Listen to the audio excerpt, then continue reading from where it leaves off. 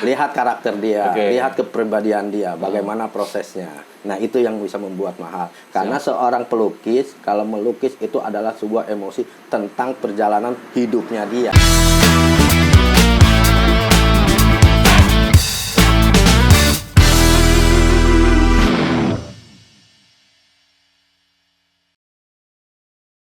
Assalamualaikum warahmatullahi wabarakatuh. Sampurasun. Rampes. Selamat datang di sebuah konten terbaru dari Ekraf Karawang. Namanya itu Kepo Karawang Ekraf Podcast. Kepo ya. Nah, kenapa kepo? Karena kita juga kepo sama ekonomi kreatif yang ada di Karawang. Nah, di sini kita akan ngajak teman-teman pelaku ekonomi kreatif, ada 17 subsektor, ada apa aja, pokoknya saya mah. Aya pengembangan permainan, aya aplikasi, arsitektur, desain interior, DKV, desain produk, fashion, film animasi, video, fotografi, kriya kerajinan, kuliner, musik, penerbitan, seni dan TV radio. Tah eta jadi subsektor nu aya di Ekraf teh. Nah, salah satunya di depan saya ya keur ngotret naon deh. Nanti ini akan menjadi sebuah surprise buat teman-teman yang nonton. Jadi di depan saya ini udah ada Bang Jack. Ya. Halo Bang Jack. Salam. Di salah satu subsektornya itu Seni rupa. Seni rupa, yaitu Seni lukis. seni lukis. Luar biasa. Hatur nuhun Bang Jack. Ya, dan kalau bisa kalian lihat di sini ada logonya dari Dis Parbud Karawang, logo terbaru tuh. Di sini ada petanya gitu. Jadi ini ya kita menjalankan atau mendukung lah program pemerintah di mana ada Kemenparekraf, Kementerian Pariwisata dan Ekonomi Kreatif. Kita salah satu yang mendukung dari 17 subsektor ini, dan ini udah ada Bang Jack, udah mulai ngotret padahal mau saya ajak ngobrol nih ya. Ambil ngobrol. Nah, ini tuh lagi apa nih Bang Jack? Ngotret teh. Kita memang dari seni rupa, lukis, Betul. itu ada lukis dan kerajinan-kerajinan yang lain, handicraft yang lainnya, Oke, itu oke. termasuk juga seni rupa. Siap. Tapi ada handicraft yang saya pribadi pelaku seni rupa, Ya. basic ngelukis sih, basic Melukis. melukis. Tapi sekarang saya coba untuk sketsa live. Jadi Berarti ini lagi bikin sketsa live. Jadi bikin sambil sketsa ngobrol, live, sambil ngobrol. tapi sambil sketsa. Lain teh sopan ya, iya mah ya. Jadi emang kebiasaan Bang Jack kayak gitu. Sebenarnya udah ada nih muka saya di sini tah. Kalau kalian lihat mata. Ini mah waktu masih saya agak cabi, tapi sekarang juga masih cabi sih. Cuman ini mah kumisan ada lobay. Tah. Itu mah dikurun. Itu mah ada tipis. Makanya saya pengen tahu perbedaan. Berarti ini nggak lukis saya ini teh. Iya, lagi Oke, sketsa. sketsa live kayak gini ya. Berarti awalnya mah bukan ini Kang atau gimana Bang Jack? Awalnya saya memang basic sih ngelukis biasa, Ngelukis biasa, ngelukis. Karena perkembangan, terus karena saya juga seneng kemana-mana, Iya. jalan ke sana kemari. Terus saya coba supaya tidak melukis di rumah, Oke. tapi saya tetap dimanapun harus bisa melatih tangan. Makanya saya konsepkan dengan sketsa. Sketsa. Jadi dimanapun saya ada tempatnya, saya bisa tetap jalan ngelatih tangan untuk bersketsa. Oke, Gitu. itu khusus apa nih? Kalau kelihatannya kan kalau di sini kayak muka orang nih. Jadi Emang khusus muka orang atau gimana?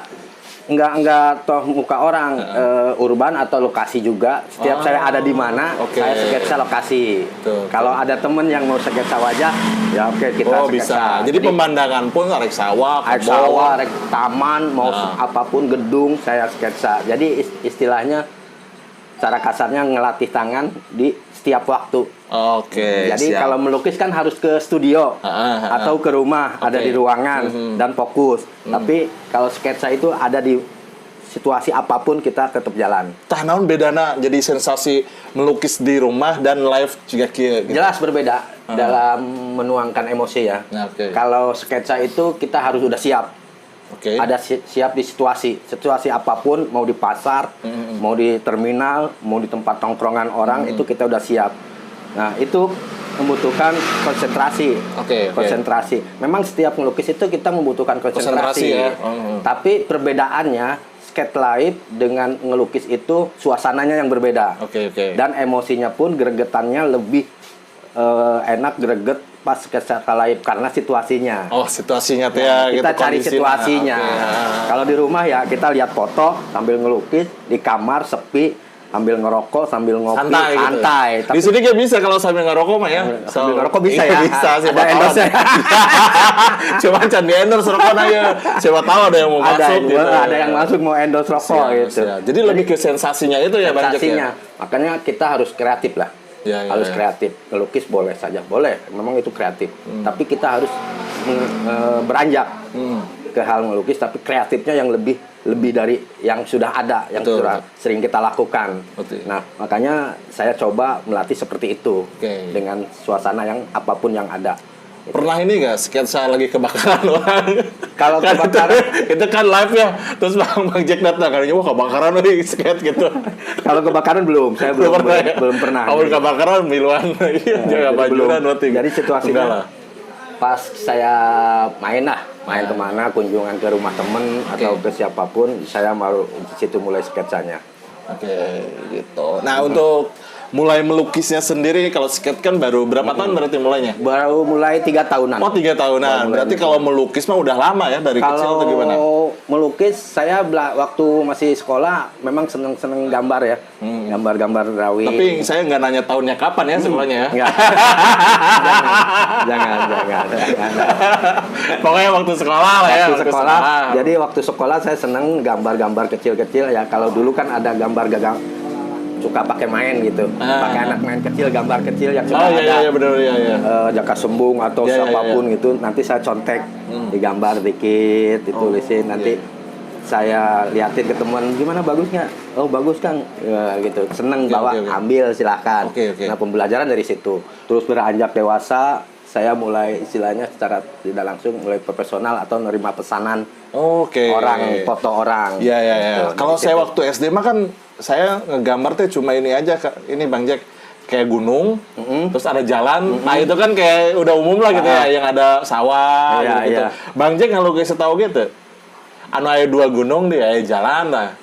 Dulu pernah. Itu kan standar anak SD kan gitu ya. Hampir semua waktu kita kecil pasti menggambar 2 gunung, tengahnya ada burung, angka 3, gitu. Nah, terus jalan. Iya benar. Sawah. Jalan sawah Iya. dari ujung sampai ke belakang itu. Kalau istilahnya kalau sekarang kita lihat perspektif ya. Oh, perspektif. Itu Oke, kita dulu belum kenal perspektif. Siap. Tapi setelah dewasa saya tahu perspektif itu pandangan dari jauh sampai ngedekat itu. Itu perspektif. Nah, pertama saya pasti seperti itu dulu. Ngegambarnya itu. Terus warna juga flat, istilahnya ngeplat lah warna. Awan biru semua. Biru, iya pasti awan kan biru. Biru aja semua. Belum ada main putih, belum gradasi. Kalau istilahnya sekarang ada gradasi ya. Gradasi bahasa. Saya dulu belum mengenal gradasi, belum apa. Gunung hijau aja semuanya.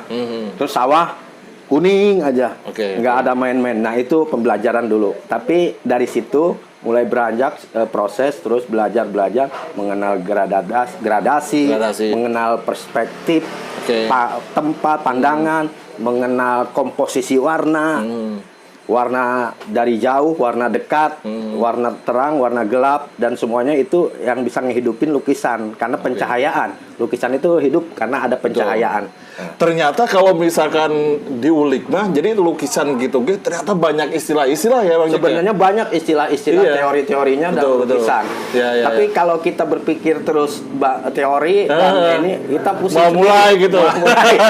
Pusing bener. Suka ngegambar. Bener. Gambar aja langsung. Mau gambar apa langsung. Mau perspektifnya bagus, mau komposisinya warnanya harmonis atau ininya pewarnaan bagus, gradasinya. Jangan dulu berpikir itu. Kita mulai menggambar aja, seneng gambar, perlihatkan. Nanti secara proses berlahan akan tahu dengan sendirinya. Karena saya juga sebenarnya otodidak belajar dari teman, belajar dari situasi. Tapi dari otodidak itu saya mencoba bertanya. Bertanya kepada yang lebih senior, kepada orang-orang teman-teman yang kuliah, yang punya akademis dengan teori-teorinya, saya belajar sedikit-sedikit. Nah dari situ saya mengenal teori-teorinya sedikit-sedikit. Baru teori-teorinya, ternyata ada teorinya kalau lukis ada teorinya gitu. Gini. Siap. Tadi Bang Jack udah bilang juga kalau waktu kecil itu tadi kan cerita, jadi ngelihat gambar-gambar yang lain baru digambar sama Bang Jack. Emang konsepnya begitu kalau Bang Jack?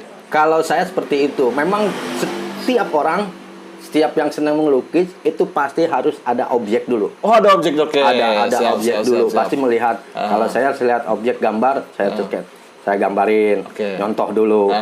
Setelah dari situ, Terus proses foto pun harus ada objeknya. Ada fotonya, digambarin, dilukis. Nah, semua orang yang senang ngelukis, ngegambar pasti melihat objek. Dasarnya pasti gitu dulu. Dasarnya seperti itu. Tapi secara proses perjalanan yang sudah jam terbangnya banyak, mereka sudah ada yang beberapa meninggalkan dengan objek, imajinasinya, bermain imajinasinya. Nah, dari situ mulai terus. Itu memang ada beberapa orang. Tasugan saya mah jadi si pelukis mah imajinasi justru dari kecil teh udah punya enggak. Oh, emang dasarnya teh emang apa namanya ngelihat orang dulu atau ngelihat yang udah ada baru dilukis. Oh, jadi proses ya imajinasi itu mah. Jadi siap. Ya namanya orang pembelajaran itu dari bawah dulu. Oke. Ya kita kenal dengan teman-teman tokoh-tokoh pelukis. Ya tokoh-tokoh pelukis sebanyak ya Andi ya Jehan semuanya itu mereka juga melalui proses-proses dari tahap yang bawah dulu sampai ke atas. Sebelum kita berlanjut lagi, kita ngudud dulu. Jeung seniman mah kudu ngudud biar loba inspirasi nu masuk. Bener Bang Jack? Betul. Jeung seniman mah kudu menyesuaikan lah walaupun saya teu udud aya mah. Sugano aya sponsor udud asup kan. Harus. Bener. Tadi lanjut Bang Jack. Karena kita proses juga kita berawal memang dari objek yang ada. Betul. Dan kita nggak melalui proses baru nanti ke imajinasi ya. Nah, dari imajinasi itu nanti timbul karakter kita. Oh iya benar. Oke, timbul setuju. Emosi kita. Setuju. Nah, karakter kita karakter itu yang membuat kita punya branded ya, punya brandingnya. Ini pelukisnya pasti ini gayanya, karakternya. Siap. Kalau kita ngelukis biasa hanya foto atau pemandangan itu banyak orang pasti banyak lukisan seperti itu. Nah, itu juga bisa jadi karakter tapi kurang asik itu. Karena terlalu loba gitu akhirnya ciri khas yang bikin sikat wajah atau itu teh lukis yang biasa itu jadi nggak kelihatan gitu ya. Tapi kalau kita buatlah karya lukis yang berbeda dengan yang lain atau karya handicraft yang punya kreasinya berbeda dengan yang lain. Nah, di sini kita butuh adanya X-Craft. Nah, X-Craft tuh emang ngedukung teman-teman emang pelaku industri kreatif yang pasti kita juga didukung oleh Disparbud Kabupaten Karawang, di mana teman-teman atau Disparbud ini merangkul kurang lebih ada 17 subsektor ya.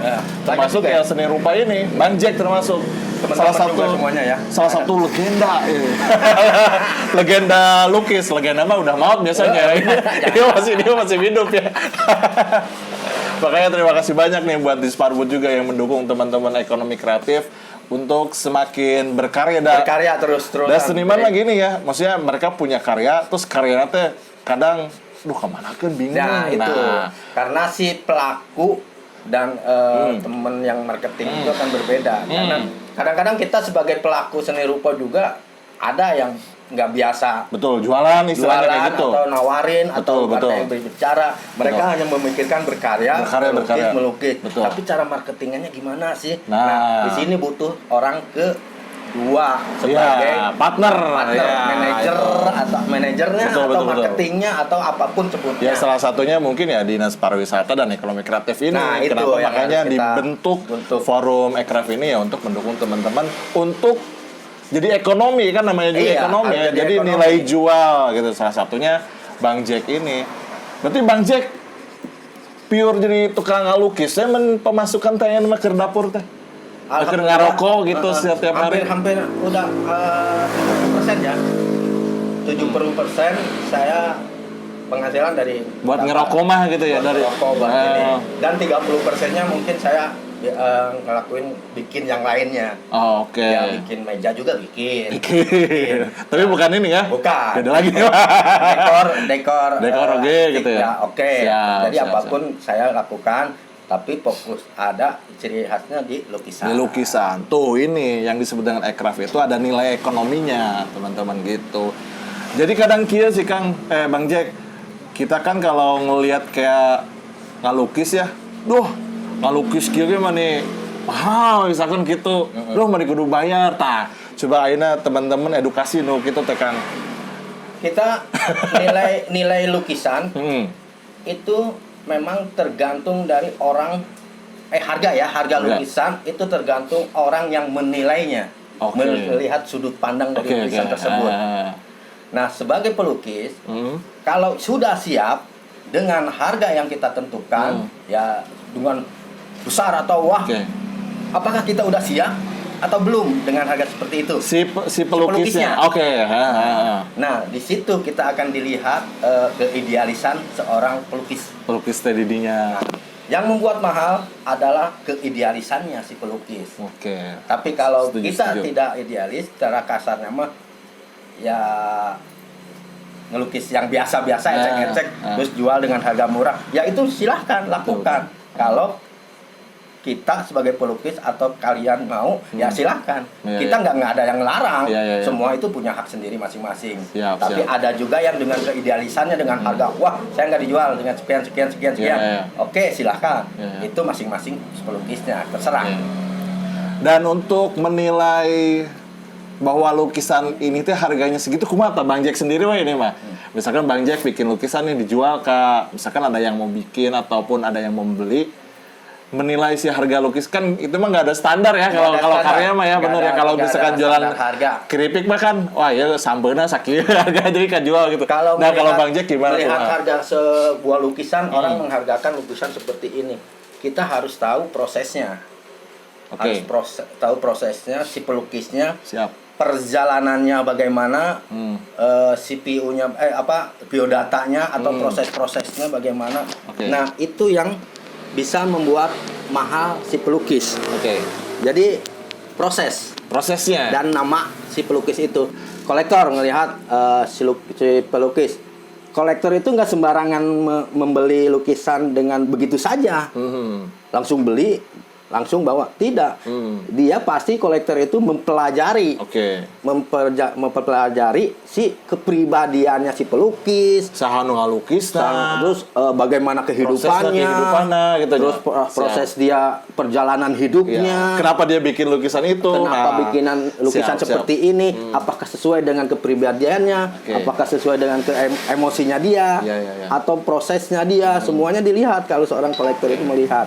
Nah, ada juga yang membeli lukisan hanya sebagai hiasan biasa atau ya itu lain lagi. Itu sah-sah saja. Nah, menurut pribadi saya seperti itu. Jadi melihat harga itu keluar dari prosesnya itu, proses kreatifnya. Dari kreatif si pelukisnya gitu. Nanti orang lain melihatnya suka dan ininya. Yang kadang-kadang harganya ada yang nggak masuk akal. Nah, ya. Ada yang nggak kayak gitu aja kalau yang awam ya kadang ada lukisan dengan coret-coret unggul tapi harganya kadang kayak ratusan juta. Nah, eta kadang lihat kehidupan dia.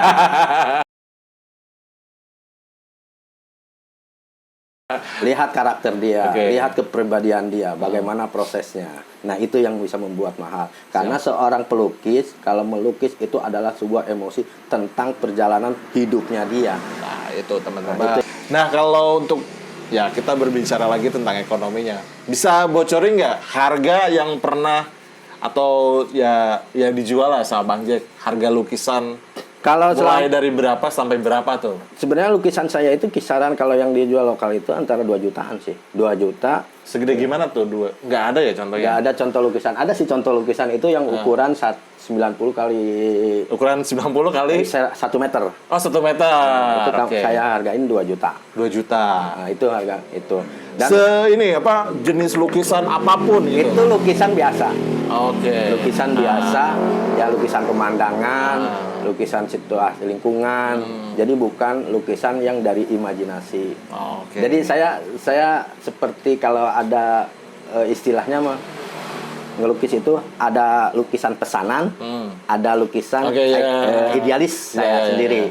Jadi kalau yang dipamerkan itu saya yang idealisnya. Siap. Terus ini kita pengen tahu lihat salah satu contoh lukisan yang dibuat oleh Bang Jack. Coba ini ada cameo yang bakal masuk deh. Coba kita lihat. Nah, kelihatan nggak nih? Coba kita ini ya. Coba punten. Nah, ini teman-teman. Jadi salah satu lukisan yang dibuat oleh Bang Jack. Ini kalau boleh saya nebak masih di Karawang nggak ini lokasinya? Ini masih Karawang. Ini waktu saya acara. Jangan dulu ini. Saya mau menebak. Daerah gak jauh dari sini, Teluk Jambe. Iya. Teluk betul. Jambe. Jembatan ini. Ya. Oh iya benar. Jadi buat teman-teman yang di sekitar Teluk Jambe, ini jembatan yang mau ke Araun Sikal ya Araun kalau Sikal, orang-orang jembatan ini. gantung. Jembatan gantung. Tuh, Nah, ini prosesnya saya waktu melukis 6 tempat zona sejarah. Oke. Zona sejarah. Coba Mungkin di YouTube-nya sambil- juga boleh, Ya, silakan. siap. Nah, itu. lukisan-lukisan seperti ini yang biasa seperti kayak gitu, itu kan hal-hal seperti itu yang biasa. Tapi ada juga lukisan saya yang di rumah yang ekspresionis, mungkin tidak dibawa juga ya Oke. contohnya karena besar juga. Nah, sekarang saya lagi ngejurus ke ekspresionisnya, ke abstraknya, di lukisan seperti itu. Jadi ada istilah seperti tangan kanan pesanan, Oke. tangan kiri idealis. Oh ini. Gitu. Jadi ada istilah seperti itu. Siap. Bagaimana kita memformatnya sebagai pelaku seni rupa supaya bisa hidup. Kalau yang pesanan itu biasanya apa tuh, Bang Jack? Pesanan Maksudnya paling banyak pasti sketsa wajah ya? sketsa wajah, Wajah kayak gitu ya? foto, lukisan keluarga. Itu paling banyak orang yang memesan lukisan foto. Tapi kalau pesanan lukisan pemandangan itu belum pernah ada pesanan. Tolong dong gambarin daerah Loji. Iya, iya. Ini belum ada. Tapi Belum ada? lukisan saya pernah ngelukis Loji terus dibeli orang. Oh ada Nah, kayak itu gitu. ada seperti itu. Tapi untuk kalau kayak pesanan untuk khusus, karena mungkin dia berasal dari, misalkan dia bangga banget nih sama kampungnya, tulis iya apa lukis kampung saya belum pernah ya. belum kayak pernah. gitu. Itu Oke. saya belum pernah dapat pesanan seperti itu. Jadi kalau inisiatif mah kebanyakan ya Saya sendiri ngelukis, dipajang, ngelukis gitu. Oke. terus orang lain lihat, suka, senang, ya silahkan. Siap. Jadi hal seperti itu yang sering saya temuin di Oke. waktu-waktu yang sudah berlalu gitu. Ini udah berapa persen nih ngelukis wajah ini? Ini Mirip banget. Mirip banget. Baru 70%, tapi namanya sketsa, memang Iya, iya. nggak terlalu mendetail. Oke. Ini yang penting kita sudah ketemu karakternya, Siap. dan orangnya seneng dan tak kenal, itu udah masuk. Nah ini masalahnya, kita dari tadi kan lagi ngobrol, Bang Jack lagi gini-gini sambil ngobrol, tapi jangan dulu ditunjukin ya, jangan dulu ditunjukin, nanti terakhir aja. Ini saya bilangnya ya, mirip, ini mas sambil ngobrol tapi nggak lukis, tapi juga saya. Keren lah Bang Jack, ini luar biasa.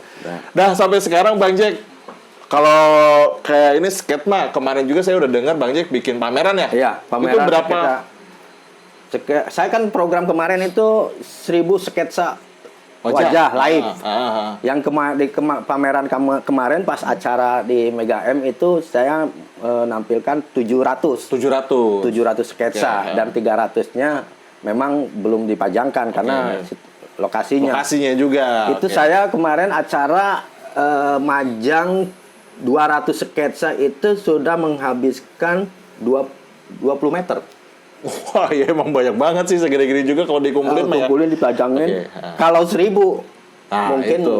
Tapi udah ada 1000 kan? Lebih bahkan. udah lebih sih. Udah lebih dari 1000 kan? Lukis sketsa mah kalau sketsa, tapi saya belum pameran lagi. Oke, dalam waktu sampai 1000 itu dalam waktu Lama berapa? sih, sebenarnya targetnya itu saya 5 bulan. 5 bulan. Harusnya oke. 5 bulan udah jadi 1000. Ah. Tapi karena kondisi ya, Ya. itu lebih dari 1 tahun jadinya. Tidak naon, Aris Seniman motong dipaksa. Seniman dipaksa, biasanya ream gitu. Jadi Seniman 1 mah suruh tahun. sendiri aja. Nih ngelukis guys, gitu Seniman mah. Jadi istilahnya target kan perhitungan sehari itu saya harus 15 orang. 15 orang sketsa. Ya. Oke, dihitung dikalkulasi. Ya, mungkin ya. antara 5 bulan atau 4 bulan ya selesai. Oke. Tapi karena situasi, karena kondisi, saya sehari dapat 1 paling juga udah. Ya. Nggak ada, apalagi ada juga 1 hari nggak sama kali sketsa, Ya. ngerjain yang lain dulu. Jadi Nah mungkin itu. terkendalanya mungkin dari si objeknya ini kan ya. Kalau Kayak objek Bang sih Jack. banyak. Objek banyak yang mau mah banyak. Ya? Banyak yang mau. Cuma kondisi saya, Seniman lah. jadi harus ngerjain yang lain. Iya siap. Ada orderan yang lain, saya kerjain dulu. Sketsa. Prioritas dulu, prioritas. Jadi prioritas itu dulu saya Iya, kerjain. oke. Kalau ini kan program saya sendiri.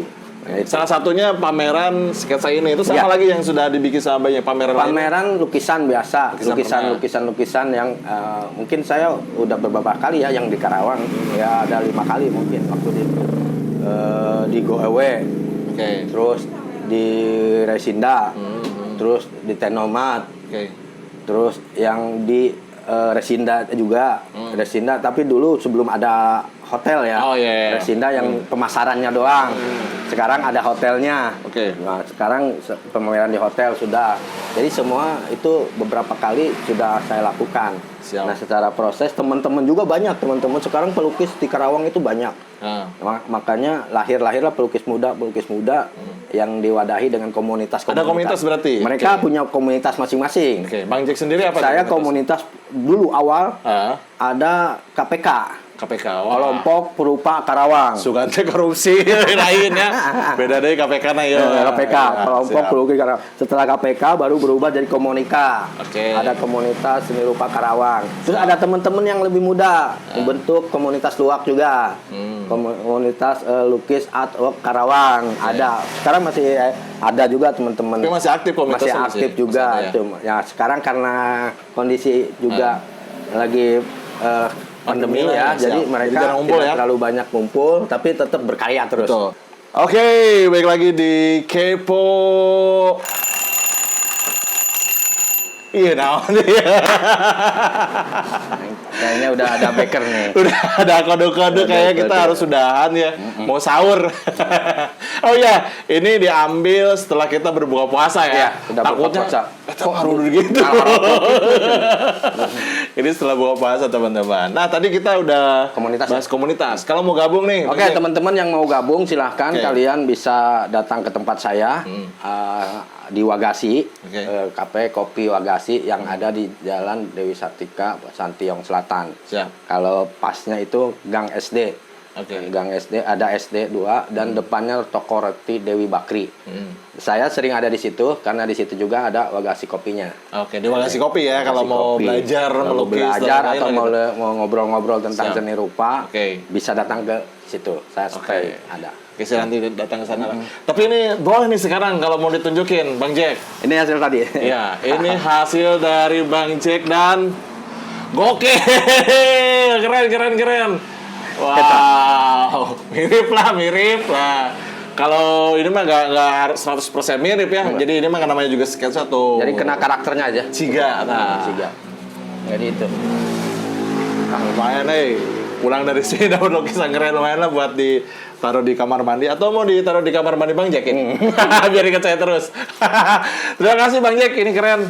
Berarti karena ini udah selesai, tadi saya sebenarnya dari awal mau menantang, tapi dalam waktu berapa menit kita ngobrol ya, kurang lebih ya 30 menitan lebih, Bang Jack bisa berhasil membuat sketsa wajah saya itu keren, luar biasa.